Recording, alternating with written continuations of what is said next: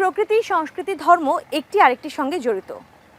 জলবায়ু এবং পরিবেশগত কারণে আমরা শুধু ঘরবাড়ি ভিটেমাটি হারাচ্ছি না, আমরা হারাচ্ছি ধর্মীয় আচার প্রথাও। ইকো বাংলাদেশে আজ আমরা কথা বলবো এসব নিয়ে। আপনাদের সঙ্গে আছি আমি সাইমা ওয়াহাব। আমাদের প্রথম প্রতিবেদনটি বাংলাদেশের উপকূলীয় আদিবাসী মুন্ডা জনগোষ্ঠীকে নিয়ে। লবণাক্ততা বাড়ার কারণে তারা যে এলাকায় বাস করেন সেখানকার এক ধরনের গাছ হারিয়ে যাচ্ছে। এতে কঠিন চ্যালেঞ্জের মুখে পড়েছে মুন্ডাদের ধর্মীয় চর্চা। 5 মাসের অন্তঃসত্ত্বা পূর্ণিমা মুন্ডা তপ্ত দুপুরে 2 নারীকে সঙ্গে নিয়ে যাচ্ছেন কারাম বা করম গাছের পূজা করতে, যে পূজার কারণে দেবতা সন্তুষ্ট হবেন এবং সুস্থ সন্তানের জন্ম দিতে পারবেন তিনি। কিন্তু মনে সন্দেহ, পূজা হবে তো? কেননা কারাম গাছকে স্মরণ করে তিনি মূলত পিপুল গাছের পূজা করছেন, যা দেখতে অনেকটা কারাম গাছের মতোই। আমরা পূর্বপুরুষকে দেখে আসছি বিপদে আপদে সন্তান সন্ততির জন্য এই গাছকে পূজা করতে।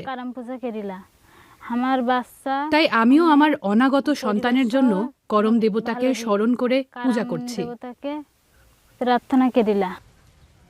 সাতক্ষীরার শ্যামনগরে 1,500 থেকে 2,000 মুন্ডা আদিবাসীর বাস। কারাম গাছকে সমৃদ্ধি, শান্তি ও সৌভাগ্যের প্রতীক মনে করেন তারা। বিশেষ করে নারীরা সন্তান লাভ, পরিবারের সুখ শান্তি এবং সৌভাগ্য কামনা করে এই গাছের পূজা করেন। এর সঙ্গে জড়িয়ে গান, পুঁথিসহ লোকজ সংস্কৃতিও।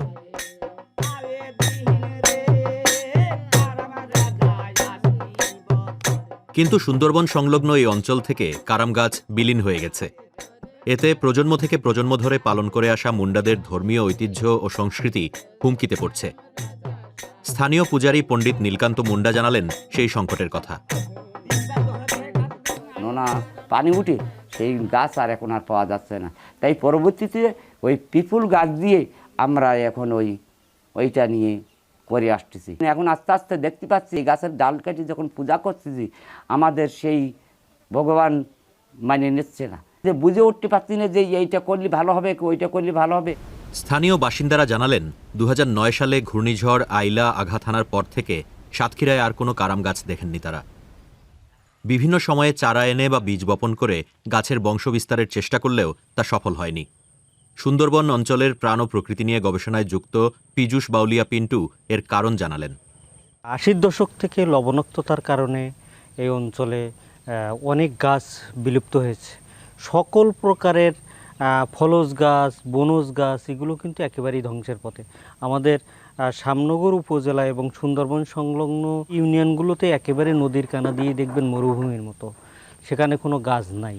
তো যে গাছগুলো বিলুপ্ত হয়েছে সেগুলো লতা প্রজাতির গাছগুলো, ধরেন কুঁজ, বুস, কলমিলতা, তারপরে যে হেন্না বলে, ঢাকাই হেন্না, সেজি, ক্যাকটাস জাতীয় যেগুলো, এই গাছগুলো এখন আর এই লবণাক্ততার কারণে নেই। এবং কারাম গাছ তো একেবারেই লবণাক্ততা বলেন, এবং এই অঞ্চলের সহনশীল পরিবেশ না থাকার কারণে মানুষ সেটাকে টিকিয়ে রাখতে পারছে না। তবে কারাম গাছের দেখা এখনও মেলে বাংলাদেশের কোনো কোনো জায়গায়। যেমন ভাদ্র মাসে এই গাছকে ঘিরে কারাম পরব উদযাপন করে সিরাজগঞ্জের মাহাতোরা।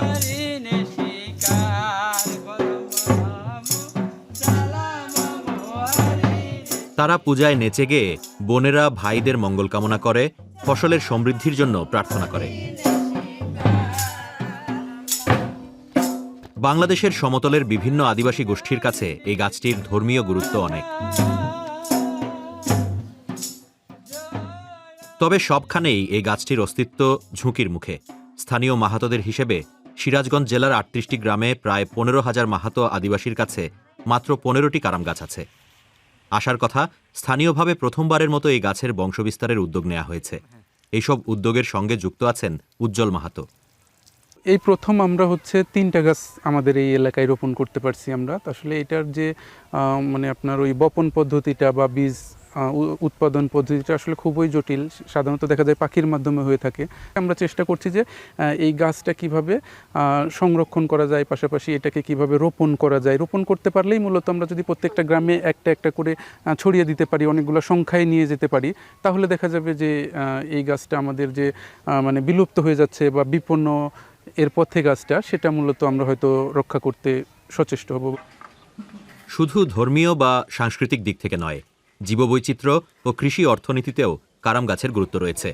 এমনটি বললেন বিরল গাছ সংরক্ষক মাহবুবুল ইসলাম পলাশ।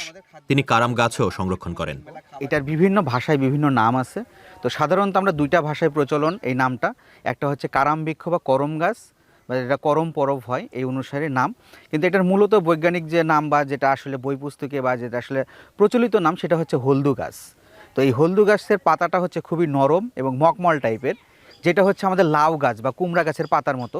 এই গাছের পাতা মানে ঘুঘু পাখির খুব পছন্দ, বা যে পাখিগুলো সাধারণত গাছে খুব মানে একটু অন্ধকার জায়গায় বাসা করতে চায়, এই গাছটা অনেক ছায়াদান করে এবং এই পাখিগুলো এখানে বাসা বাঁধে। সাধারণত ফেব্রুয়ারি থেকে মার্চ পর্যন্ত এখানে ফুল হয়। ফুলগুলো দেখতে আমাদের কদম ফুলের মতোই। তো এই কারণেই আমাদের এখানে পাখি আসে, প্রজাপতি আসে, ভ্রমরা বসে, যার কারণে বিভিন্ন সময় পরাগায়ন হয়। কৃষি, পরিবেশ, প্রকৃতি এবং জীববৈচিত্র্যের সাথে মানে এই গাছের পারস্পরিকভাবে খুবই রিলেটেড। সিরাজগঞ্জে আসার আলো দেখা গেলেও সাতক্ষীরায় নোনা মাটিতে কিভাবে এই গাছ ফিরিয়ে আনা যায় তার জন্য প্রয়োজন গবেষণা। কারণ এই গাছের অভাব সুন্দরবনের জীববৈচিত্র্যেও প্রভাব ফেলছে। কারাম গাছ এই অঞ্চলে যদি টিকিয়ে রাখা সম্ভব হতো তাহলে প্রাণ বৈচিত্র্য রক্ষা পেত, জীব বৈচিত্র্য রক্ষা পেত।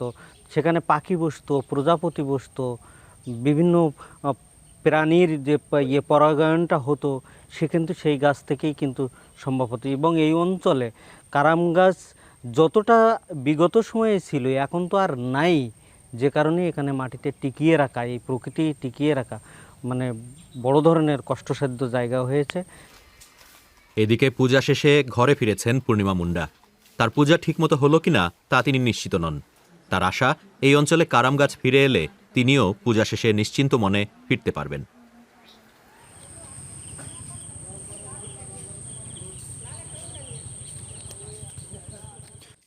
কেমন হতো যদি নদীর জীবন থাকতো, কিংবা আপনার আমার মতো আদালতে গিয়ে নালিশ করতে পারতো যে আমরা তার কত ক্ষতি করে ফেলছি।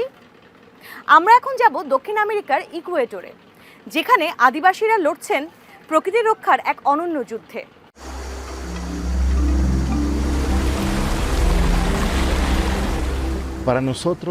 প্রকৃতি আমাদের কাছে আইনি স্বীকৃতির চেয়েও বড়। আমাদের কাছে তা জীবন্ত সত্তা।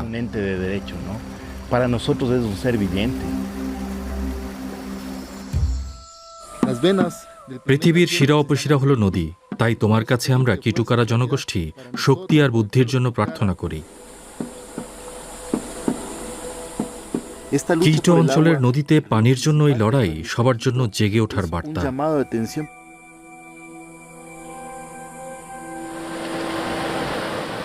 প্রকৃতির কোনো অধিকার আছে? কে তা ঠিক করবে? আমি কিটুকারা জনগোষ্ঠীর প্রধান। আমি একজন কবি এবং নৃবিজ্ঞানী। আমার নাম দারিও ইজা পিলাকুইঙ্গা এবং আমি পাচামামাকে রক্ষা করতে চাই। এটি আমার গল্প।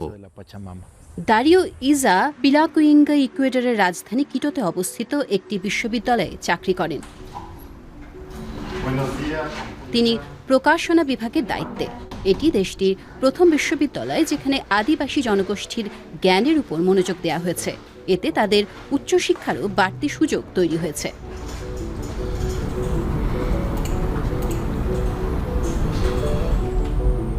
সাম্প্রতিক এক জরিপ অনুযায়ী ইকুয়েডরের মাত্র ৮% জনগোষ্ঠী নিজেদের আদিবাসী হিসেবে পরিচয় দিয়েছেন। ৭৭% জানিয়েছেন তারা মিশ্র বংশোদ্ভূত। ২০০৮ সালে দেশটিতে একটি গুরুত্বপূর্ণ ঘটনা ঘটে। প্রকৃতির যে নিজস্ব অধিকার রয়েছে, প্রথম কোনো দেশ হিসেবে ইকুয়েডর তার সাংবিধানিক স্বীকৃতি দিয়েছে।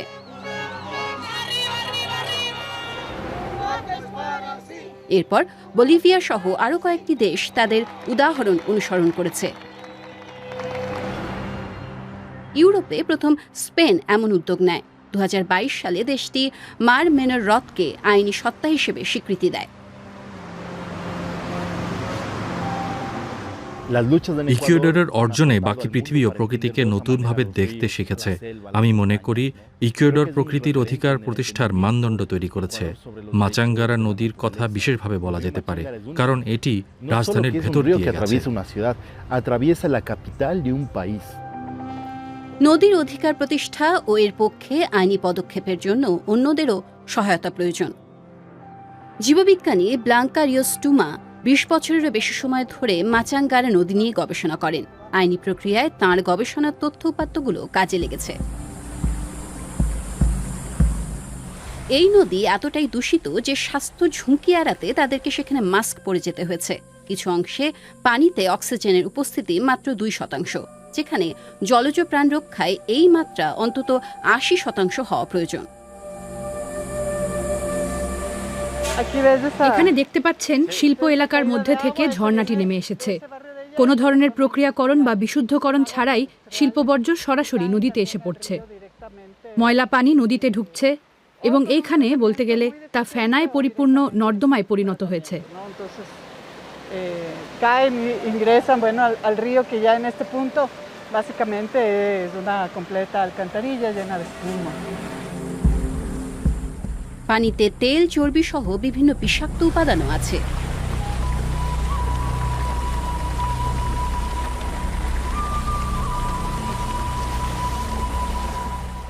ফিকাল কলিফর্ম ব্যাকটেরিয়ার উপস্থিতি এখানে স্বাভাবিকের চেয়ে বেশি। এর অর্থ হলো নদী পয় নিষ্কাশন ব্যবস্থার সহনীয় মাত্রা অতিক্রম করেছে।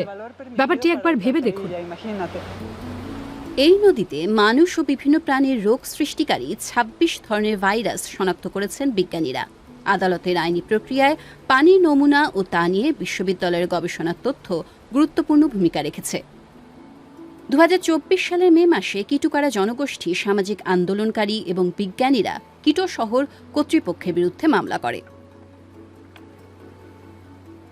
2024 সালের জুলাইয়ে আদালত তাদের পক্ষে রায় দেয়। রায়ে শহর কর্তৃপক্ষকে নদী পরিষ্কারে একটি পরিকল্পনা জমা দেওয়ার পাশাপাশি প্রয়োজনীয় অর্থ বরাদ্দের নির্দেশ দেওয়া হয়।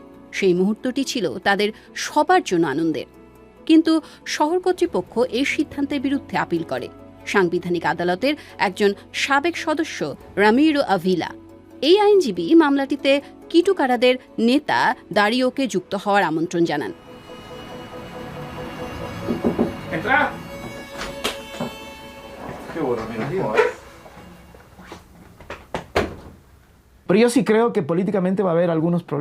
রায় বাস্তবায়নে কিছু রাজনৈতিক জটিলতা তৈরি হবে।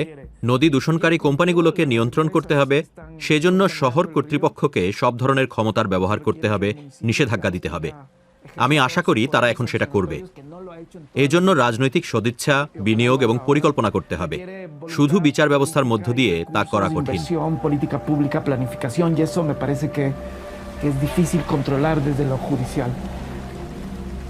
বাধা অনেক, কিন্তু পৃথিবীর নানা প্রান্তের উদাহরণ থেকে দেখা যাচ্ছে তরল বর্জ্য প্রক্রিয়াকরণে খুব বেশি ব্যয়ের প্রয়োজন নেই, বরং উদ্ভাবনী সমাধান সম্ভব। ইকুয়েডরের কুয়েঙ্কাতেই এমন উদাহরণ রয়েছে। তরল বর্জ্য প্রক্রিয়াকরণ প্ল্যান্ট এবং সচেতনতার মাধ্যমে সেখানে পরিস্থিতির ব্যাপক উন্নতি সম্ভব হয়েছে।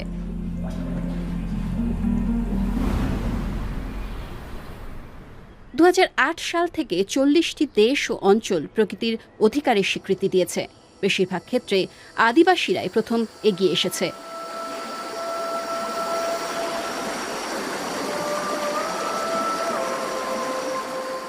মাচাঙ্গার নদীর ক্ষেত্রেও ইতিবাচক সূচনা হয়েছে। শহর কর্তৃপক্ষ ও বাসিন্দারা সম্প্রতি নদী পরিষ্কারে এগিয়ে এসেছেন।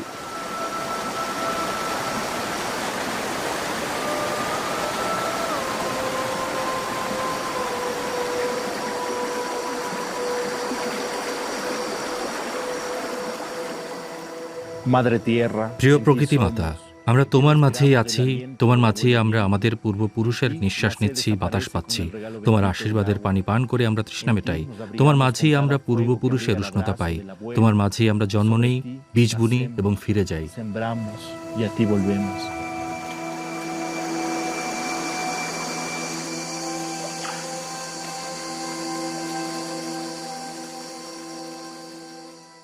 আফ্রিকা মহাদেশটির অসংখ্য পাহাড় আর জলপ্রপাতকে নিয়ে রয়েছে নানা রকম বিশ্বাস আর সংস্কৃতি।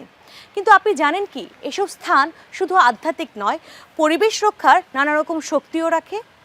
চলুন উগান্ডায়, যেখানে পরিবেশ আর বিশ্বাস একে অপরকে জড়িয়ে আছে। উগান্ডার রাজধানী কাম্পালায় অবস্থিত কাবাকার হ্রদকে শহরটির অলঙ্কার বলা চলে। 1886 সালে তৎকালীন বুগান্ডা সাম্রাজ্যের অধিপতি কাবাকা মোয়াঙ্গা তার প্রাসাদের অদূরে এটি তৈরি করেন। বুগান্ডার বর্তমান রাজা এর রক্ষণাবেক্ষণ করেন।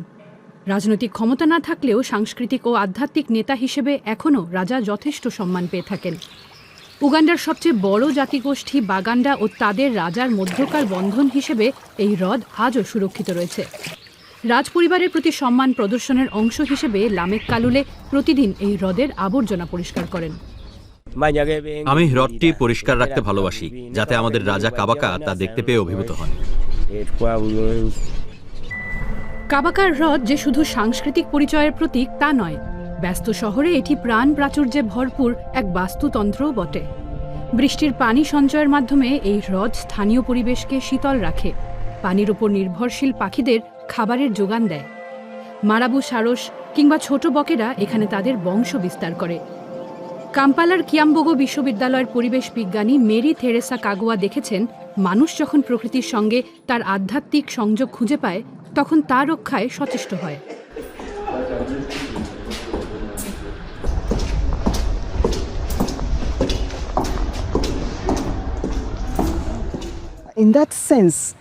সেদিক থেকে বলতে হবে, এর মাধ্যমে আমরা বড় আকারে সুফল পাই। কারণ যখন কোনো জায়গায় মানুষ কিছু একটা করে বাধা সৃষ্টি করে না, তখন তা অক্ষত থাকে। কাম্পালা থেকে ৩০ কিলোমিটার পূর্বে বুগান্ডা সাম্রাজ্যের আরেকটি পবিত্র স্থান এটি। সেজিবুয়া নামের এই ঝর্ণাকে ঘিরে রয়েছে এক কিংবদন্তি। লোকবিশ্বাস অনুযায়ী এখানে এক নারী যমজ সন্তানের জন্ম দেন, তার সেই সন্তানেরাই পরবর্তীতে ২টি নদীতে রূপ নেয়। এই বিশ্বাসকে কেন্দ্র করে জায়গাটিকে পবিত্র হিসেবে বিবেচনা করেন বাসিন্দারা। তারা এখানে প্রার্থনা এবং রোগ নিরাময়ের জন্য আসেন। মুবিরো বাসাওয়ার মতো আধ্যাত্মিক গুরুরা এই জায়গা দেখে শুনে রাখেন।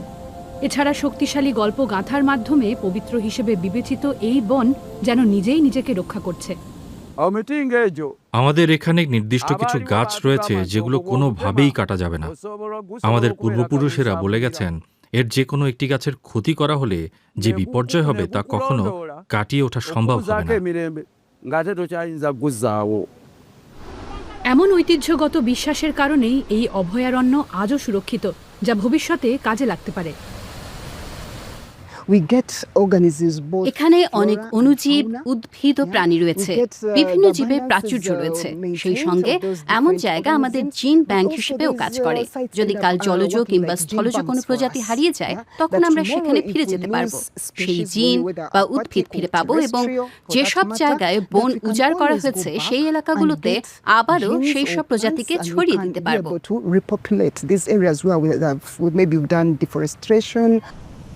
ঝর্ণাকে ঘিরে পবিত্র এই এলাকার বাইরের অংশে এরই মধ্যে বন উজাড় করা হয়েছে। চা বা বেত গাছের জন্য সেগুলোকে পরিষ্কার করে ফেলা হয়েছে। ধ্বংসের কারণে হওয়া ক্ষত আর সংরক্ষণের কারণে প্রাণ প্রাচুর্য, সেজিবুয়া ঝর্ণার ২ চিত্রই দেখতে এসেছে স্কুল শিক্ষার্থীরা।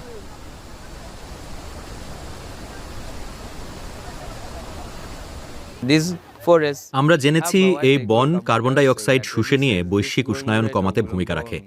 এর মাধ্যমে আমি শিখেছি এখানকার এবং আমার এলাকার পরিবেশকে রক্ষা করতে হবে। আত্মপরিচয়, আধ্যাত্মিকতা এবং সাংস্কৃতিক গৌরবের মাধ্যমে প্রকৃতি সংরক্ষণ করা যায় বলে মনে করে জাতিসংঘের ইউনেস্কো। সেজিবুয়া ঝর্ণা আইন দিয়ে নয়, বরং ঐতিহ্য ও আধ্যাত্মিক বিশ্বাসের মাধ্যমে সুরক্ষিত। রাজাকে খুশি রাখার জন্য হলেও কাবাকার হ্রদে দায়িত্ব পালন করা লামেক কালুলেরাই আসলে পরিবেশের প্রকৃত রক্ষক।